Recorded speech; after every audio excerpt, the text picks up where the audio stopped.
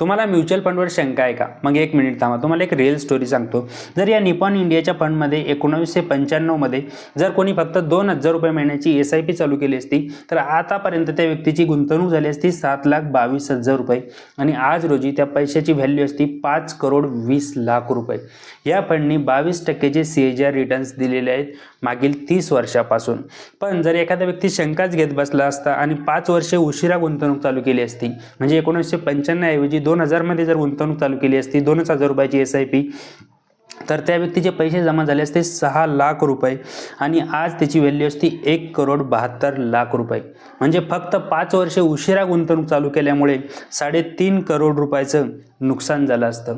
म्हणून फक्त शंकाच घेत बसू नका, वेळ निघून जाईल आणि वेळ जर फक्त 5 वर्षे जरी निघून गेली तर किती नुकसान होतं हे तुम्ही तुमच्या डोळ्यासमोर बघितलेलं आहे. म्हणून तुम्हाला जर आता गुंतवणूक चालू करायची असेल, योग्य पोर्टफोलिओ बनवायचा असेल तर नक्की संपर्क करा आणि लवकर सुरुवात करा.